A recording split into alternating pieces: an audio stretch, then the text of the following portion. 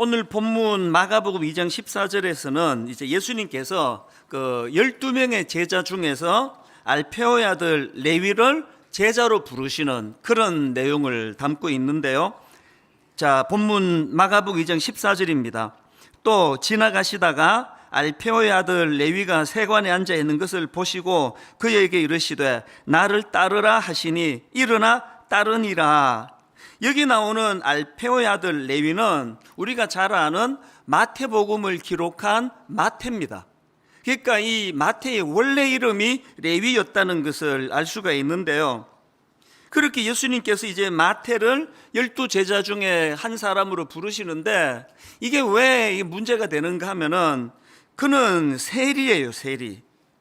그 당시 세리는 이 로마 당국과 결탁을 해가지고 그 백성들을 수탈하던, 한마디로 말해서 사회의 암적인 존재로 낙인 찍혀 있던 사람들입니다.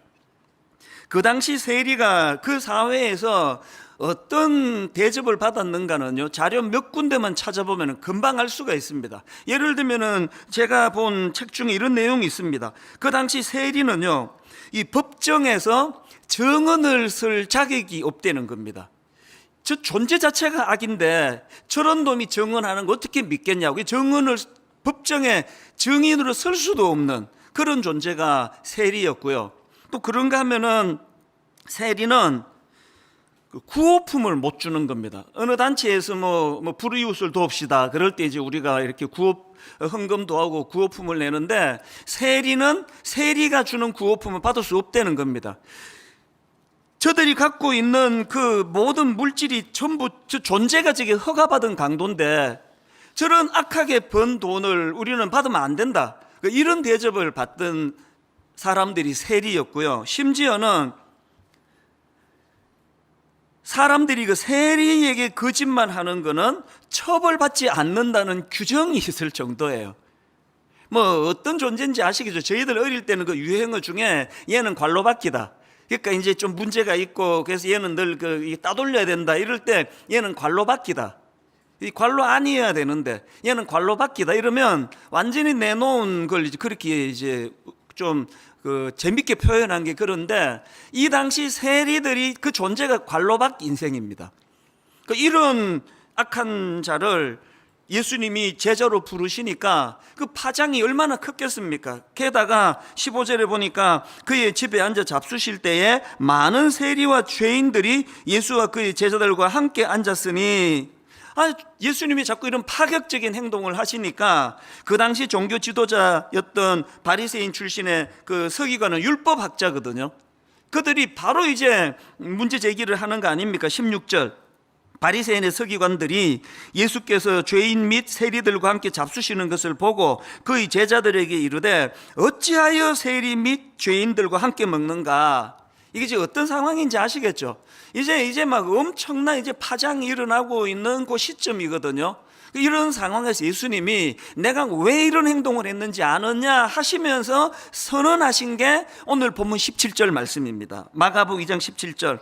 예수께서 들으시고 그들에게 이르시되 건강한 자에게는 의사가 쓸데없고 병든 자에게라야 쓸데있느니라. 나는 의인을 부르러 온 것이 아니요 죄인을 부르러 왔노라 하시니라. 내가 이렇게 행동하는 이 모든 거에는 이런 근본 정신이 있기 때문이다. 그래서 이제 주님께서 나는 의인을 부르러 온 것이 아니라 죄인을 부르러 왔다라고 선언하시는데요, 이 선언이 가진 의미, 이것 때문에 예수님이 십자가를 지셔야 했고요, 예수님의 이 선언의 정신 때문에 3년 내내 기득권자들에게 엄청난 박해를 당하고 고난을 겪어야만 했고요, 더 결정적인 것, 오늘 17절에서의 예수님의 이 선언이 있었기 때문에 오늘 저와 여러분이 자격도 없는데 하나님의 아들이라 칭함을 받고 또 구원을 받는 은혜를 누리게 된 게 바로 이 선언의 정신 때문입니다. 그래서 이 본문의 선언이 정말 중요한데요, 근데 이 본문의 구조를 보면 이제 큰 부분에 예수님이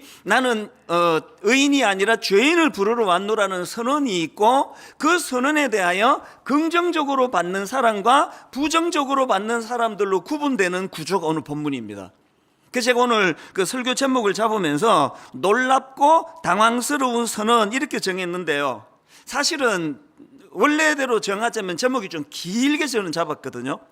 감격과 놀라움이거나 콤마하고 아니면 매우 당황스러운 선언. 그 설교 제목을 길게 잡으면 그 주보에 쓸 수도 없고 그래가지고 이제 제가 줄여서 놀랍고 당황스러운 선언이라고 했는데요. 이 놀랍고라는 거는 그 주님의 선언을 긍정적으로 받는 걸 표현한 거고요. 당황스러운은 그걸 부정적으로 받는 걸 이렇게 표현을 한 겁니다. 왜? 오늘 본문의 구조가 그러니까요. 그래서 이제 나는 의인을 부르러 온 것이 아니라 죄인을 부르러 왔다. 이 예수님의 선포에 대하여 감격과 놀라움으로 받는 그 부류, 그게 이제 그 세리 마태, 제자로 부름받은 세리 마태고요. 너무나 당황스럽고 또 부정적으로 받은 그 당시의 종교 지도자들이었던 바리새인의 서기관들, 율법학자들, 이제 이렇게 나눌 수 있는데 이 부분을 제가 좀 설명을 드리려고 합니다. 이 두 부류 중에 먼저 살펴볼 부류는 죄인을 부르러 오셨다는 선포를 긍정적으로 받았던 세리 마태예요. 그는 예수님의 부르심에 두 가지로 반응을 했는데요. 첫 번째 반응이 뭡니까? 즉각적인 결단입니다. 오늘 본문 마가복음 2장 14절을 보십시오. 또 지나가시다가 알페오의 아들 레위가 세관에 앉아 있는 것을 보시고 그에게 이르시되 나를 따르라 하시니 일어나 따르니라. 이게요, 일어나 따르니, 이게 간단한 표현이지만 사실은 이 짧은 일어나 따르니라라는 이 말 안에는 지금 이 어마어마한 그 세리 마태의 자기 희생, 결단, 자기가 누리던 모든 기득권을 다 포기하는 것들이 다 담겨져 있는 엄청난 결단을 저렇게 짧게 표현한 것. 제가 몇 주 전에 그 마가복음 1장을 제가 설명을 드리면서 그 고기 잡던 베드로와 안드레를 주님이 부르실 때 그들이 그물을 버려두고 주님을 따랐다 할 때 칭찬을 많이 했잖아요. 근데 사실 여러분, 이 어부가 이 그물을 버리고 주님을 따랐는데, 이게 좀 따라 보니까 내가 생각하던 그 예수가 아니네. 그러면요, 철물점 가가지고 그물 몇 푼 안 주고 다시 살 수 있습니다. 여기에 반해가지고 지금 세금 징수자였던 마태가 지금 일어나 따른 일 안에 자기가 하던 것들을 다 포기하고 따른다는 건 그물을 버리는 것과는 차원이 다른 이야기예요. 지금 사람들이 이거는 지금 허가받은 강도다, 이거는 흡혈귀다, 이건 민족의 매국노다, 그런 소리를 들으면서도 절대로 그 기득권을 포기할 수 없었던 건 거기서 어마어마한 부가 창출되기 때문 아니었습니까? 지금 마태는 그걸 버려두고 그걸 포기하고 예수님을 따르는 거거든. 그래서 이제 이 세리 마태가 그렇게 하고 예수님을 따랐는데 좀 따라 보니까 이게 내가 생각하는 그 메시아가 아니네? 그러면 마태 인생은 끝장이에요. 어떻게 돌아갑니까? 그물은 새로 사면 되지만. 그래서 이제 똑같은 내용을 사건을 다루고 있는 그 누가복음은 이걸 이렇게 강조합니다. 누가복음 5장 27절 28절입니다. 그 후에 예수께서 나가사 레위라 하는 세리가 세관에 앉아 있는 것을 보시고 나를 따르라 하시니, 그 다음 보세요. 그가 모든 것을 버리고 일어나 따르니라. 예수님을 따랐다는 그 안에는 그가 모든 것을 버리고라는 의미가 담겨져 있다는 겁니다. 이렇게 엄청난 결단을 강행하는 것으로 죄인을 부르러 오셨다는 주님의 선포를 호의적으로 받았고요. 그런가 하면은 두 번째로 세리 마태가 보여준 건 잔치를 배설했습니다. 오늘 본문 15절에서는 예수님께서 그의 집에 앉아 잡수실 때에 이렇게 표현했는데요. 같은 내용을 다루고 있는 누가복음 5장에 보면은 이게 잔치였고 그거를 배설한 사람이 마태라는 것을 알 수가 있습니다. 자, 5장 29절을 보십시오. 누가복음 5장 29절. 레위, 이게 세리 마태라 그랬죠. 레위가 예수를 위하여 자기 집에서 큰 잔치를 하니에요. 지금 예수님의 부르심 앞에 순종했던, 그가 했던 게 잔치를 배설했는데요. 저는 누가복음 5장 29절에서 주목하는 게 예수를 위하여예요. 지금까지 이 세리 마태는요, 단 한 번도 다른 사람을 위하여 살아본 적이 없는 인간이에요. 상대방의 눈물을 흘리게 만들더라도, 그래서 그 보이스 피싱 같은 사람들이 참 악한 게요, 그렇게 사기를 당한 사람들이 그 흘리게 될 눈물 이런 데는 안중에도 없는 거 아닙니까? 사기를 쳐서 돈만 얻어내면 되는. 마태가 이런 종류의 사람이었는데 그가 예수님의 부르심을 받자마자 변화된 게 예수를 위하여예요. 여러분, 신앙생활은요, 예수를 위하여예요. 신앙생활은 그 예수를 위하여 안에 예수님이 그토록 사랑하는 이 타인들을 향한 태도가 바뀌어지는 것을 내포하고 있는 거거든요. 여전히 그렇게 예수 믿는다 하면서도 자기 것에 집착하고 단 한 번도 누구를 위하여 살아본 적이 없는 그런 사람은 절대로 세리 마태의 길을 가고 있는 거 아닙니다. 이 예수를 위하여. 그런가 하면은 이 잔치를 배설했다는 이 말씀 앞에서 중요한 한 가지가 더 있는데요, 이 마태가 배설한 잔치가 보여주는 이미지는 기쁨입니다. 기쁨. 누가복음 15장에 보면은 이제 그 탕자의 비유에 둘째 아들이 허랑방탕하게 생활하다가 아버지한테 돌아와 가지고 염치가 없어서 이제 나는 뭐 아들이라 부를 자격도 없습니다, 그냥 뭐 종으로 써주세요. 그러니까 아버지가 뭐 거두절미하고 배설한 게 잔치예요.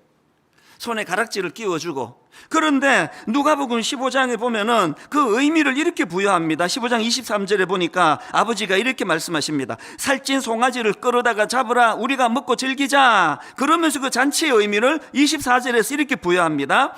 이 내 아들은 죽었다가 다시 살아났으며 내가 잃었다가 다시 얻었노라 하니 그들이 즐거워하더라. 세리 마태가 주님을 만나고 배설한 게 잔치예요. 그 기쁨을 표현하는 거예요. 내 안에 넘치는 기쁨을 이웃들과 나누기를 원하는 사랑의 표현이 잔치예요. 전에 제가 한번 이 말씀을 드린 적이 있는데요, 이 영국 런던의 그 버킹엄 궁은 뭐 이 관광의 세계적인 관광 명수 중에 하나 아닙니까? 저도 오래전에 이제 런던에 갔다가 거기를 한번 본 적이 있는데 막 사람들로 막 인산인해를 이루거든요. 그런데 저는 이 버킹엄 궁 하면은 딱 한 이미지밖에 떠오르지 않습니다. 그 건물 한 중앙에 세워진 깃대가 있거든요. 그 깃대에 영국 여왕이 지금 내실에 계시다, 이 안에 지금 이 건물 안에 여왕이 계시다 하는 것을 표현할 때는 그 깃대에다가 깃발이 펄럭여요. 그리고 영국 여왕이 지금 외출을 해서 그 안에 그 내실에 계시지 않는다 할 때는 깃발을 내립니다. 그래서 이 관광객들이 뭐 그냥 여왕이 계시나 안 계시나 막 뒤질 필요 없습니다. 깃발 보면 알아요. 그 중앙에 있는 깃발이 펄럭이면 여왕이 지금 내실에 있는 거거든요. 예수 믿는 세리 마태가 예수를 영접하고 잔치를 배설해서 이렇게 기쁨을 표현한다 그랬습니다. 오늘 여러분, 우리가 예수 믿는다는 의미는요, 그분이 내 안에 내주한다는 뜻이고요, 그분이 내 안에 내주할 때 영적인 이 버킹엄 궁인 우리 내면은 기쁨의 깃발이. 그래서 제가 장례 같은 거를 치르다 보면 그 너무나 급작스럽게 남편이 돌아가시거나 아내가 돌아가시거나 또 뭐 자녀가 먼저 하나님 앞에 부름을 받는 이런 장례를 당하면은요, 안절부절해요. 잠이 안 와요. 무슨 설교를 할 거며, 가서 내가 뭘 위로를 할 거며. 그렇게 장례를 제가 집례를 하려고 참석을 하고 보면 정말 그 슬픔을 당한 그 유가족들 옆에 가는 것도 제가 부담스러워요. 무슨 말로 위로하겠냐고. 그런데 어떨 때는 그 당사자가 또박또박 오세요. 안 알겠다는 거죠. 목사님이 지금 민망해 한다는 거, 힘들어 한다는 거. 위로를 해줍니다. 목사님 걱정하지 마세요. 사실 지금 마음이 무너져 내리는 절망이 내 마음을 뒤흔들고 있는 것도 사실입니다만, 그런데 이 순간에 성령님이 내 마음에 기쁨을 주신다는 겁니다. 이 슬픔을 이길 수 있도록 기쁨을 주신다는 게, 노래를 주신다는 겁니다. 그래서 목사님 너무 그렇게 걱정 안 하셔도 됩니다. 뭐 이런 극단적인 사례가 아니더라도요, 오늘 지금 코로나19로 너무나 어렵고 뭐 전 세계가 지금 이게 뭐 어떻게 돼가는지 모르는 이런 상황에 장래가 불안하고 앞이 캄캄한 이런 상황에서 저는 예수 믿는 저와 여러분 내면에 주님이 계심을 증거하는 깃발이 펄럭이는 인생이 되시기를 바랍니다. 이건 분명 너무나 힘든 상황인데, 이거는 절망인데, 희망이라고는 이제 없는 것 같은데 이상하게 그 마음 안에 이 부분에 빼앗기지 않는 기쁨이 펄럭이고 있는 상태, 이게 세리 마태가 보여주는 잔치의 상태거든요.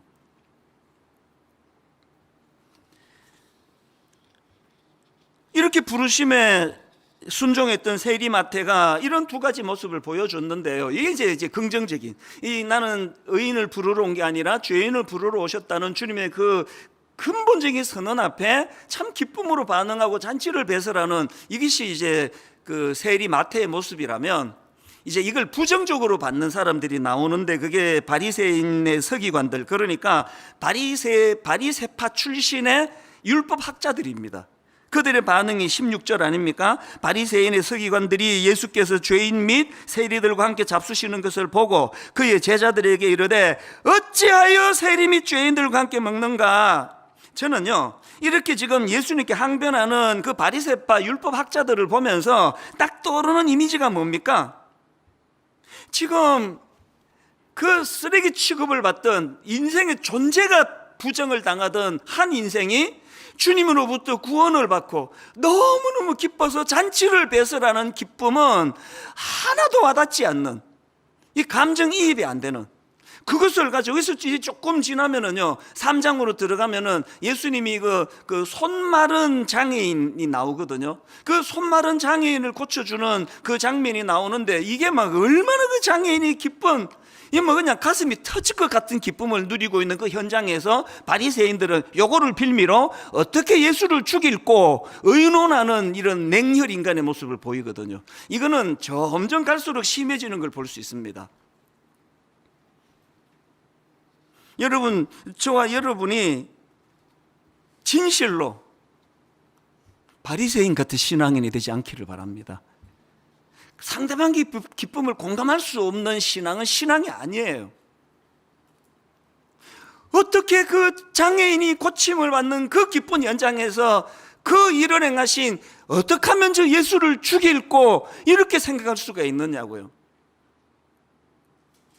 저는 오늘 이 본문을 묵상을 하면서 이제 그 세리 마태의 모습하고 또 당시 그 종교 지도자들이었던 율법학자들의 바리새파 출신의 율법학자들을 보면서 묵상을 하다가요, 예전에 책을 사놓고 좀 읽다가 그만둔 책이 한 권 쑥 떠올라졌습니다. 그래서 제가 서재에서 그 책을 꺼내가지고 지난주 다시 읽었는데요, 정신과 의사가 쓴 책이에요. 당신이 옳다, 이런 제목의 책인데요, 그 제목에서 그 당신이 옳다가 뭘 의미하는지 저자가 이런 표현을 씁니다. 여기서 말하는 당신이 옳다는 것은 그 사람의 존재 자체를 수용하는 차원에서의 옳다는 거예요. 막 행위에 대한 건 따로 구분해 두더라도 무슨 짓을 저질렀다 할지라도 이런 거죠. 내 아들이 또 내 딸이 어떤 그 욕먹을 짓을 했다 할 때 그 행위에 대한 평가와 심판은 반드시 누군가는 할 거예요. 해야 돼요. 그러나 부모인 우리는 그럼에도 불구하고 그 존재를 수용해주고, 그럼에도 불구하고 너는 사랑받을 수밖에 없는 존재라는 걸 인식하도록 만들어주는 차원에서 당신은 옳다라는 겁니다. 그 책에서요, 아주 그 흥미로운 그 에피소드 하나를 거기다가 이제 기록을 해놨는데요, 그 중학교 2학년 아들을 둔 어떤 엄마 이야기입니다. 하루는 학교 상담 선생님에게 연락이 온 겁니다. 학교에서 그 중2 아이들 그 우울증 측정 조사 이런 걸 했더니 우리 어머니의 아들이 지금 그 자살 충동 요인까지 있을 정도로 그 우울증 증세가 있는 것 같습니다. 빨리 이제 그 병원으로 가보시는 게 좋겠습니다. 이게 뭐 엄마로서는 이게 청천벽력 같은 얘기 아닙니까? 그래서 이제 연락을 받고는 그 아들을 데리고 청소년 전문 정신과 의사를 찾아갑니다. 그 이런저런 검사를 받았는데 불행하게도 결국은 우울증 진단을 받습니다. 그래서 이제 그 병원에서 이제 통원 치료를 받으면서 약물 치료를 겸해야 됩니다. 그래서 이제 얘를 데리고 이제 병원으로 갔더니 얘가 딱 첫날 병원에 갔다 오더니 선언을 해버리는 거예요. 나 이제 더 이상 이 병원 안 간다. 그리고 약 안 먹는다. 여러분, 우리나라 중2 아시죠? 이분이 안 간다 그러면 모시고 갈 장사가 없습니다. 이분이 안 드신다 그러면 끝이에요. 안 가겠다는데, 병원에 약 안 먹겠다는데, 이 엄마로서는 이게 엄청난 근심 아닙니까? 그런데 이 시간이 지나면서 엄마가 보니까 이게 희한한 일이 벌어지는데 얘 정상이 점점 호전이 되고 있는 거예요. 이게 어떻게 된 건가 봤더니요, 시간이 좀 지난 다음에 그 중2 아들이 무슨 이야기를 하는 거기에서 힌트를 얻은 거예요. 그 아들이 뭐라고 얘기하는가 하니까 자기가 오랜만에 병원을 오가면서 오랜만에 엄마 손잡고 그렇게 오간 것도 참 좋았고, 특히 병원 근처에서 엄마와 함께 먹었던 돈가스가 너무나 맛있었다. 어리니까 이제 뭐 그게 내게 많이 뭐 힐링이 됐다 이런 말은 못했지만 벌써 그 얘기를 하는 거 아닙니까? 그리고 결정적인 거, 얘가 하는 말이 이제 자기 엄마하고 자기하고 이제 그 의사 선생님이 이제 진단해 주시는 그 얘기를 듣고 얘가 우울증입니다 그랬을 때 얘가 자기 엄마를 본 거예요. 자기 엄마를 봤더니 그 엄마 눈빛이 막 흔들리고 눈물을 막 흘리시는, 당연한 거 아닙니까? 근데 여러분, 그 책에서 그 중2 아이가 뭐라고 얘기하는 거니까 그 엄마 눈에 눈물이 고이고 눈동자가 흔들리는 그 엄마의 모습을 보면서 얘가 어떤 안도를 했느냐, 아, 엄마가 나 때문에 힘들어 하시는구나. 그 엄마의 흔들리는 눈동자에서 자기 존재감을 확인하고 마음이 편해졌다는 겁니다. 그래서 결국은 그런 것들을 확인했기 때문에 약을 안 먹어도 병원은 안 가도 우울증이 호전이 되더라, 치료가 되더라. 그 이야기가 뭘 이야기하는 겁니까? 그 책 제목 그대로예요. 그 사람의 존재 자체가 수용을 받고 인정을 받는 것 같은 거기에서 어떤 약보다도 강력한 효과가 나타나더라는 그 얘기 아닙니까? 여러분, 지난주에 제가 읽어드린 어떤 초신자분의 간증의 글 기억나시죠? 교회란 데를 생전에 가본 적이 없는 이분이 그날 이 자리에 앉자마자 울고 또 울고 울고 또 울고, 마치 내가 울려고 여기 온 사람처럼 그렇게 눈물을 쏟으며 1년 반 동안은 하나님을 알고 싶은 몸부림치는 그 모든 동력이 바로 이 책 제목과 똑같은 거예요. 세파에서 시달렸는데 주님이 그를 만나주시면서 네 존재가 사랑받을 수밖에 없는, 당신은 옳다, 거기에 이 초신자가 마음이 무너져 내린 거 아닙니까? 자기 존재가 수용되는 것 같은 주님의 수용하심, 안아주심을 경험했기 때문에 저는 그 책을 읽으면서 그 마음이 좀 아팠습니다. 그리고 교회랑 관련한 질문이 막 계속 머리에 맴도는 걸 제가 경험했습니다. 과연 오늘 분당 우리 교회가 이 아이가 경험한 수용되는, 자기 존재감이 수용되는 그 은혜로 말미암아 지금 여기서 치유가 일어나고 있는가? 이세 동안 세상에서 이렇게 시달리고 저렇게 꺾였던 수많은 성도들이 자기를 수용해주고 용납해주고 당신은 옳다라고 인정해주는 그 용납으로 인하여 회복이 되고 있는 건가? 불행하게도요, 오늘 교회를 보면은 분명히 그 초신자처럼, 그리고 세리 마태처럼 주님이 자기를 수용해 주셨기 때문에 너무나 기쁨으로 너무나 감격으로 신앙생활한 그 시작이 시간이 가면서 냉정하기 짝이 없는 바리새인으로 바뀌어져 가는 크리스찬을 꽤 많이 볼 수 있다는 사실이에요. 지금 다행히 지금 이 마스크 쓰고 있어가지고 이게 다 감춰서 그렇죠. 이 마스크 다 벗고 제가 예배 드리면 이제 누가 초신자인지 누가 모태신앙인지 이제 금방 찾아낼 수 있습니다. 아무 표정이 없고 무감각하고 그렇게 예배를 드리면 여러분이 오해받기가 쉽습니다. 거의 대부분의 초신자들은, 혹은 새롭게 마음의 회심을 해서 가슴이 터질 것 같은 눈물을 흘리는 분들은요, 지금 다 세리마태의 상태예요. 이게 뭐가 잘못돼가지고 우리가 그런 냉정한 종교인 바리새인이 되느냐고요. 막 걸핏하면은 그 율법 학자라니까요, 서기관이. 내가 얼마나 성경을 잘 아는지 알아? 율법은 나한테 물어봐. 내 기준으로 너는 틀려 먹었어. 너 그래갖고 되겠냐? 저는 이 설교를 준비하고 그 책을 읽으면서 사실 오늘 이따가 우리 아이랑 지금 약속을 해놨습니다. 만나기로. 20대가 되면요, 한 집에 살아도 약속을 해야 만날 수 있습니다. 오늘 내가 진지하게 사과할 생각이에요. 잘 되기를 바라는 마음에서 지적을 많이 했거든요. 그것보다 앞서는 것이 수용인 걸 내가 몰랐습니다. 어떤 상황에도 엄마와 아빠는 네가 옳다고 생각한다. 항상 너는 옳은 존재다. 너는 하나님의 사랑을 받는 존재다. 내 앞으로 그렇게 하겠다고 약속할 준비를 하고 있습니다. 오늘 여러분, 교회는 주님으로부터 도저히 용서받을 수 없는 세리 마태와 같은 인생이 주님의 용납하심의 은혜를 누리는 것이에요. 내 마음에 꺾여버렸던 기쁨의 깃발이 주님의 내주하심으로 다시 회복되는 것이 크리스찬인 줄 믿으시기를 바랍니다. 저는 오래 예수 믿어도 여전히 세리 마태가 가진 그 기쁨과 감격을 유지하기 위하여 어떻게 해야 되는가, 본문을 중심으로 한 두 가지로 정리를 해보았는데요. 여러분, 첫째로요, 오랜 세월이 지나도 여전히 세리 마태가 가진 기쁨과 감격을 회복하시려면 자기 스스로에 대해서는 죄인임을 인식해야 된다는 겁니다. 17절을 다시 보십시오.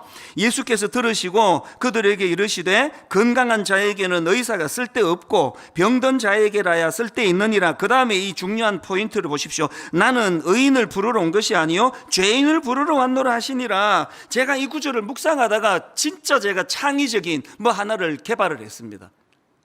여러분이 아시지만 로마서 3장 10절에 보면은 의인은 없나니 하나도 없다 그랬거든요. 그러니까 어차피 의인은 없습니다. 제가 이거를 어떻게 의역을 했는가 하니까요, 제가 의역한 거를 한번 띄워주시겠습니까? 17절을 저 빨간 글씨로 된 게 제가 만든 문구예요. 나는 의인인 줄 착각하는 사람을 부르러 온 것이 아니요 죄인임을 인식하는 사람을 부르러 왔노라 하시니라. 의인인 줄 착각하는 사람의 대명사가 바리새인 아닙니까? 항상 자기는 의인이기 때문에 죄인들을 정죄하기 좋아하는 그런 태도를 가진 사람을 부르러 온 것이 아니라 죄인임을 인식하는 사람. 여러분, 지난주에 제가 솔로몬에 대하여, 솔로몬이 원래 불륜 드라마에는 나올 것 같은 그런 출생의 아픔을 가지고 태어난 이름이 솔로몬인데 여디디아라고 하는 이름은 하나님이 주셨다 그랬는데요, 오늘 본문에 나오는 세리 마태도 똑같은 케이스입니다. 마태가 원래 이름이 레위라 그랬지 않습니까? 자, 여러분, 이건 추측이에요. 왜 마태의 아버지가 아들을 낳고 이름을 레위라고 지었을까요? 추측컨대 그 집안 혈통이 레위 지파였을 것 같아요. 그리고 아들 이름을 레위라고 왜 지었을까? 너무너무 소중한, 너무너무 사랑스러운 그 아들을, 어린 갓난 아기를 보면서 그 아버지 마음에, 그 어머니 마음에 어떤 소원이 있습니까? 이 귀한 아들이 과거에 자기 혈통이 누렸던 제사장으로서의 거룩하고 존귀하고 영광스러운 삶을 살아가기를 갈망하는 마음으로 이름을 레위라고 지었을 거 아니냐고요. 그랬는데 세리 레위는 어떤 삶을 살았습니까? 부모의 기대와는 완전히 다른 쓰레기 같은 인생, 모든 사람들이 비아냥거리고 손가락질하는 비참한 인생을 살아갔던 것, 그 마음의 상함이 레위 안에 가득 찬 거 아닙니까? 그랬기 때문에 예수님께서는 세리 레위를 부르시고 그에게 마태라는 새로운 이름을 주세요. 마태라는 이름의 뜻은 하나님의 선물이라는 뜻입니다. 가슴 아픈 출생의 비밀을 갖고 있던 솔로몬에게 여디디아, 너는 하나님께 사랑받는 자이다, 이런 뜻을 가진 여디디아를 그에게 주셨던 것처럼,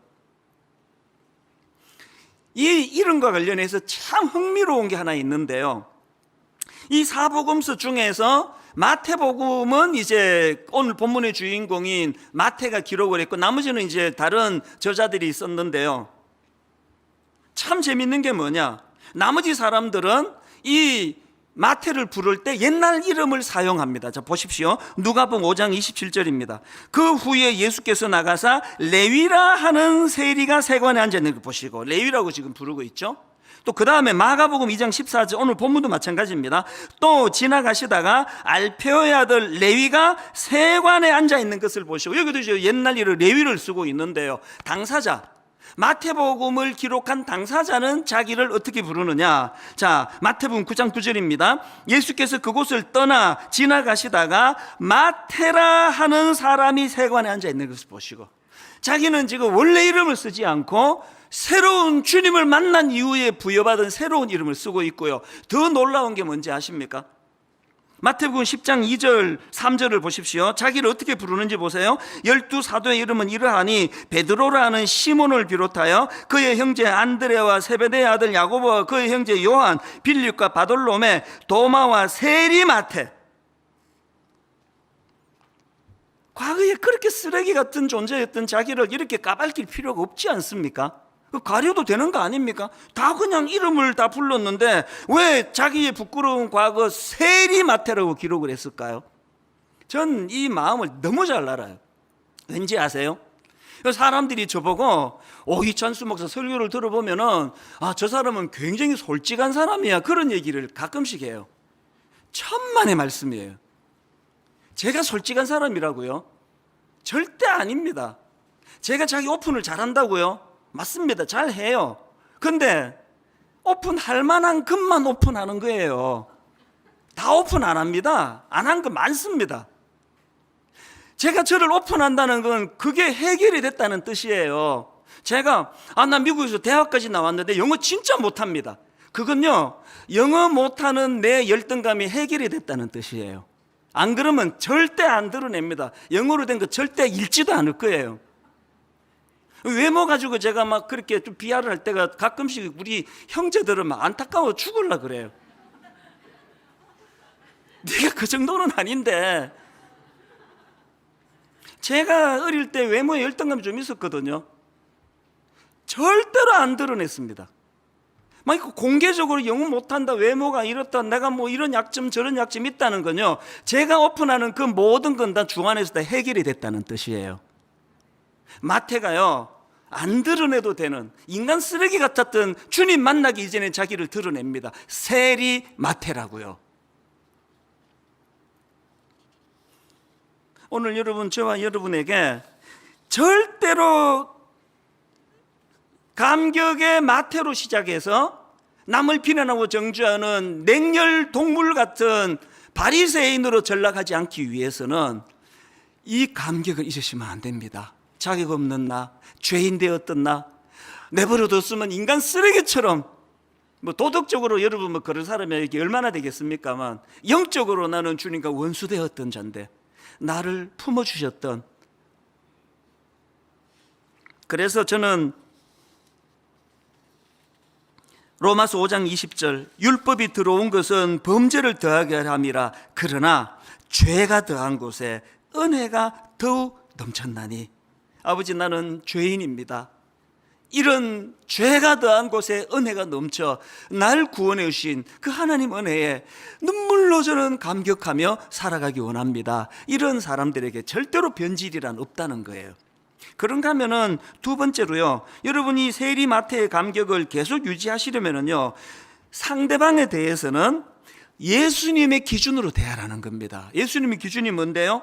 오늘 똑같은 사건을 다루는 마태복음 9장에 보면은 마가복음에 없는 포인트 하나를 더 다루고 있습니다. 자, 마태복음 9장 12절을 보십시오. 예수께서 들으시고 이르시되 건강한 자에게는 의사가 쓸데없고 병든 자에게라야 쓸데있느니라. 그리고는 마가복음에는 없는 한 포인트를 더 강조합니다. 그게 9장 13절입니다. 너희는 가서 내가 긍휼을 원하고 제사를 원하지 아니하노라 하시듯이 무엇인지 배우라.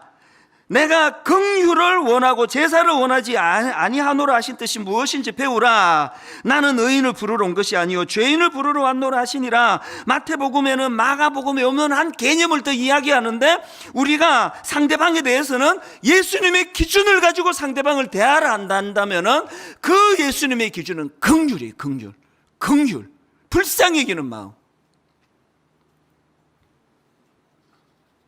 이런 의미에서 저는 오늘 본문에 나와 있는 예수님의 그 모습을 보면서 두 균형을 가지고 상대방을 예수님의 기준으로 대할 수 있다 생각합니다. 우리 안에 두 균형이 뭘까요? 첫째는요, 중요한 균형입니다. 죄를 죄라고 인식하도록 돕는 거예요. 얼버무리지 않습니다. 지금 예수님이 세리 마태를 부르시고는 아이고 너같이 좋은 애를 갖고 이것들 그냥 모함을 하네, 그렇게 얘기 안 합니다. 예수님이 마태를 부르시고는 대놓고 나는 죄인을 부르러 왔다. 무슨 뜻입니까? 얘 문제 있는 거 맞다는 거 아닙니까? 죄를 죄로 절대로 흐지부지 얘기하지 않으세요. 여러분, 이 예수님의 원리가요, 현장에서 가늠하다가 붙잡혀온 여인을 대할 때도 그대로 나타나는 거 아닙니까? 사람들에게 너희 중에 죄 없는 자가 돌로 쳐라, 그렇게 하시고는 예수님이 그를 용서해 주시는데요, 그렇게 하고 끝나지 않습니다. 요한복음 8장 11절, 대답하되 주여 없나이다. 예수께서 이르시되 나도 너를 정죄하지 않으니, 그 다음 보세요, 가서 다시는 죄를 범하지 말라.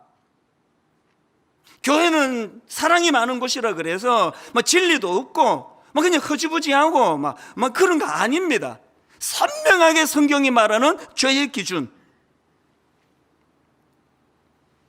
그런가 하면은 또 다른 한 균형이 필요합니다. 절대로 죄의 문제를 허지부지 넘어가지 않지만, 그러나 또 다른 한편으로 예수님이 보여주시는 것, 죄는 미워하되 죄인은 긍휼로 품어주시는 것. 이 중에 이쪽으로 치우치거나 저쪽으로 치우치거나, 이게 오늘 참 가슴 아픈 우리의 현실입니다. 요한복음 8장 11절을 보십시오.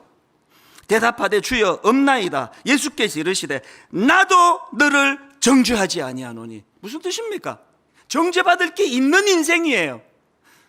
그럼에도 불구하고 나도 너를 정죄하지 않아. 이게 그 당신은 옳다라는 그 책의 주장처럼, 비록 그가 죄인의 자리에 빠졌다 할지라도 그 여인이 말이에요, 간음함으로, 그럼에도 불구하고 너는 여전히 용서받을 수 있는, 여전히 하나님 앞으로 돌아올 수 있는 놀라운 가능성을 가진 존재라는 걸 선포하는 거 아닙니까? 제가 몇 주 전에 동성애는 타고나는 것이 아니라고 믿는 사람이라고, 저는 동성애는 후천지애라고 믿는 사람이라고 신앙 고백을 했지 않습니까? 이건 저에게 절실해요. 왜 그렇습니까? 동성애가 타고나는 게 아닌 것이어야만 그들을 주님 앞으로 부를 수가 있는 거 아닙니까? 이거를 내쳐버리고 타락한 인간이라고 목쳐버리는 것을 쓰면 되겠습니까? 아니, 차별금지법이라는 걸 교회가 나서서, 저도 지금 그 운동에 지금 동참하고 있는 사람인데, 세상 사람들은 자꾸 오해를 해요. 왜 오해를 받습니까? 교회가 그동안 너무나 많은 바리새인의 모습을 보였거든요. 지만 의롭다고, 항상 교회 다니는 자기들만 의롭다고. 그들이 오해하는 게 뭡니까?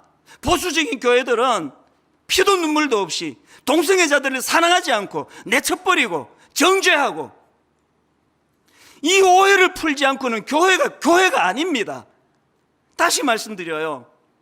어떤 경우라도 죄가 죄로 선포되어야 되고요. 그러나 그것이 바리새인과 같은 피도 눈물도 없는 형태로 드러나서는 안 됩니다. 우리 교회가 성률 연구소를 세우는 건 이쪽 저쪽에게 지금 다 욕먹겠다고 작심을 한 거 아닙니까? 그리고 또 이미 생각한 그대로 일어나고 있는 거 아닙니까? 그래서 교회가 이 일을 해야 돼요. 어떻게 해서든지 간에 이것이 죄라는 사실을, 돌을 맞더라도 이것을 흐지부지 해서는 안 되지만, 또 다른 한편으로 그들도 구원받아야 될, 그들도 세리마태처럼 주님 앞으로 돌아와야 될, 그들도 중학교 2학년 그 우울증 판정을 받은 그 아이처럼 엄마가 눈동자가 흔들리고 자기를 놓고 엄마가 눈물을 흘리는 그 모습 속에서 치유가 일어나는 이런 역사가 일어나야 됩니다. 이게 교회입니다. 그리고 이게 가정이에요.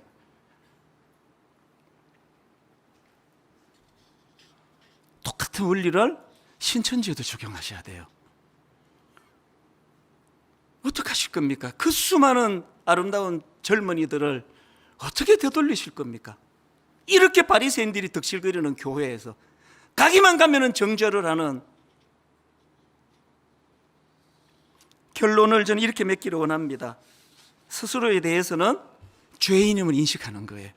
그래서 그 감격으로 사는 거예요. 나는 자격이 없는데, 어떤 성도가 무슨 죄를 지었다 할 때 나는 저보다 더 악한 자였는데, 그런가 하면은 상대방에 대해서는 이 긍휼이라는 주님의 방식으로 대하는 것. 그래서 오늘 이 찬양으로 결론을 맺기 원하는데요. 당신은 영광의 왕, 당신은 평강의 왕, 당신은 하늘과 땅의 주, 당신은 정의의 아들. 천사가 무릎 꿇고 예배하고 찬송하네. 영원한 생명 말씀, 당신은 예수 그리스도. 오늘 여러분, 우리가 변질되지 않고 바리새인으로, 냉혈 동물 같은 바리새인으로 변질되지 않고 늘 감격의 눈물이 마르지 않는 은혜 받은 세리 마태로 살아가려면 무엇보다도 먼저 날 구원해 주신 그 주님에 대한 감격, 은혜에 대한 감격이 회복이 돼야 돼. 이 시간이 바로 그 시간입니다. 이 찬양을 부르는 동안에 세리 마태의 감격이 내 안에 꺾여져 버린 깃발이, 기쁨의 깃발이 다시 한번 펄럭이는, 이것을 이 시간 경험하게 되시기를 바랍니다. 같이 찬양 불러보기 원합니다. 당신은 영광의 왕, 당신은 영광의 왕, 당신은 평강의 왕, 당신은 평강의 왕, 당신은 하늘과 땅의 주, 당신은 하늘과 땅의 주, 당신은 정의의 아들, 당신은 정의의 아들, 천사가 무릎 꿇고 천사가 무릎 꿇고 예배하고 찬송하네. 예배하고 찬송 분명하게 선포하십시오. 영원한 생명 말씀, 그분이 누구십니까? 당신은 예수 그리스도 주. 그 주님을 이렇게 선포하기 원합니다. 호산나 다윗의 자손께, 호산나 불러 왕 중의 왕, 높은 하늘에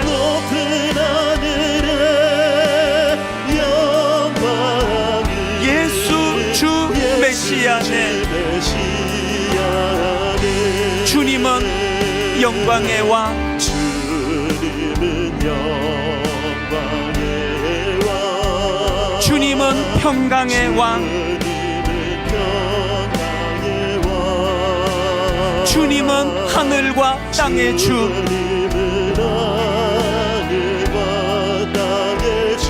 주님은 정의의 아들, 천사가 무릎 꿇고 예배하고 찬송하네. 단호하게 선언하십시오. 영원한 생명 말씀, 그분이 누구시라고요? 주님은 예수 그리스도 주. 그 주님을 찬양합니다. 호산나 다윗의 자손께, 호산나 불러 왕 중의 왕, 높은 하늘에 영광을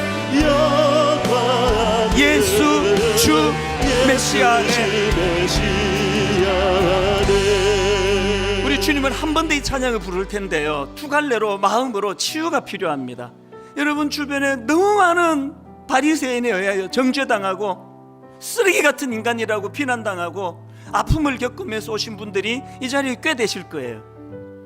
우리가 주님 앞에 용납함을 받는 것, 하나님 그 많은 바리새인들로 인하여 내 내면에 꺾여버린 깃발이 회복되기를 원합니다.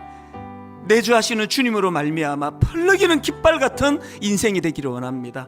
그런가 하면은 두 번째 마음의 소원이 있다면, 아버지 저도 누군가를 대할 때 주님의 이 기준으로 대하기를 원합니다. 함부로 정죄하지 아니하고, 모르면서 비난하지 아니하고, 죄는 미워하지만 어떤 경우라도 사람은 품으셨던 주님의 정신으로 바라보기 원합니다. 이 원리가 가정을 살려내는 줄 믿습니다. 이 원리가 혼란한 우리 아들, 딸 살려내는 능력인 줄 믿습니다. 우리 한 번 더 이 찬양 부를 동안에 이것이 능력이 되기를 원합니다. 내가 치유받기를 원합니다. 한 번 더 이렇게 찬양합니다. 당신은 영광의 왕, 우리 주님으로 바꾸어 찬양합니다. 주님은 평강의 왕, 주님은 하늘과 땅의 주. 그 주님을 소리 높여 찬양합니다. 주님은 정의의 아들, 천사가 무릎 꿇고 예배하고 찬송하네. 내 영혼이 주님을 찬양합니다. 영원한 생명 말씀, 그분이 누구시라고요? 주님은 예수 그리스도 주. 호산나 다윗의 자손께, 호산나 불러 왕 중의 왕,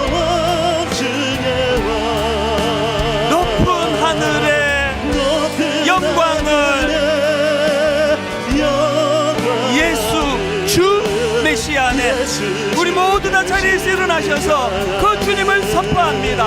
호산나 호산나 다윗의 자손께 호산나 불러 왕 중에 와 높은 하늘에 영광을 예수 주 메시아네. 두 갈래로 기도합니다. 아버지, 내 마음에 꺾여버린 기쁨의 깃발을 회복시켜 주시옵소서. 다른 그 무엇이 채워져서가 아니라 주님이 내 안에 내주하시기 때문에 펄럭이는 깃발이기를 원합니다. 그런가 하면 하나님, 우리 아들을, 우리 딸을, 교회에서만 우리 순원들과 순장들을, 하나님 수많은 이 시대에 정죄당하고 있는 그 사람들을 피도 눈물도 없는 종교인 바리새인의 시각으로가 아니라 예수님의 시각으로 그를 품기를 원합니다. 거기에 능력이 나타나는 줄 믿습니다. 이 두 가지 제목 가지고 통성으로 같이 기도하기 원합니다. 살아계신 하나님 아버지, 오늘 하나님의 은혜를 이 시간 사모하며 모인 주님의 자녀들입니다. 하나님 아버지,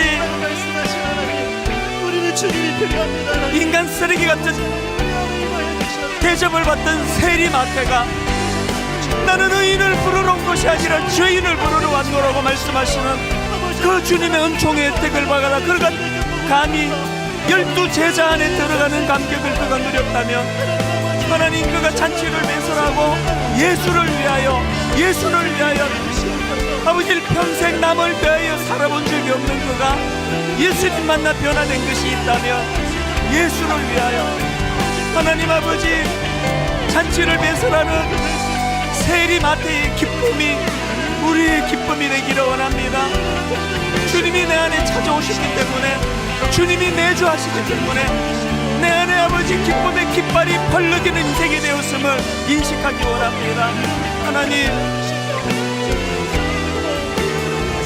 바리새인으로 전락되지 않기를 원합니다. 냉정하기 짝이 없는 냉혈이 같은 종교인이 되지 않기를 원합니다. 예수님의 기준으로 그들을 품기를 원합니다. 살아계신 하나님, 하나님의 은혜에 넘치는 풍성함이 오늘 우리를 기쁨의 자리를 인도할 뿐 아니라 잔치 같은 인생을 인도할 뿐 아니라 많은 주변 사람들을 품을 수 있는 은혜의 자리로 들어가도록 인도하여 주시옵소서. 은혜의 자리로 인도하여 주시옵소서.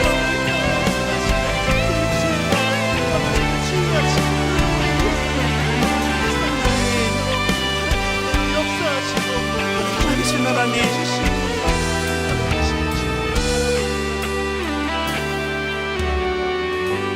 고마우신 하나님 아버지, 너무나 냉정한 냉철한 종교인 바리새인들과 같은 사람들이 덕실거리는 이 세상을 살면서 어릴 때부터 너무 많이 정죄당해왔고 너무 많이 상처를 받아온 많은 사람들이 주님 앞으로 달려왔습니다. 이 시간에 먼저 나는 의인을 부르러 온 것이 아니라 스스로 죄인인 걸 자각하며 아파하는 그 사람들을 부르러 오셨다는 그 주님의 말씀 앞에 위로를 받기를 원합니다.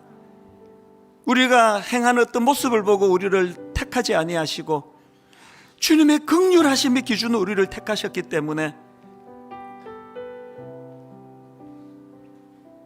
꺾여버린 내 마음의 깃발이 내주하시는 주님으로 말미암아 다시 복구가 되고 펄럭이는 인생이 되게 하여 주시옵소서. 그런가 하면 주님, 이제 우리도 바리새인으로 전락하는 존재가 아니라 주님의 기준으로 긍휼함을 가지고 우리 가까이 있는 가족들에게, 교회의 우리 식구들에게, 혹은 직장에서, 세상에서 만나는 수많은 사람들에게 지난주 나누었던 그 초신자와 같이 상한 마음을 가지고 주님 앞에 나왔을 때 울고 또 울고 또 우는 감격을 회복시켜 주시는 그 주님을 우리의 삶을 통하여 보여줄 수 있는 주님의 긍휼을 회복하는 믿음의 신자들이 되도록 주님이 인도하여 주시옵소서. 오늘 주신 이 말씀의 능력을 가지고 이번 한 주간을 그 거친 세상에서 거뜬히 살아내는 능력이 되는 것을 경험하는 귀하고 복된 한 주간 되도록 인도하여 주시옵소서.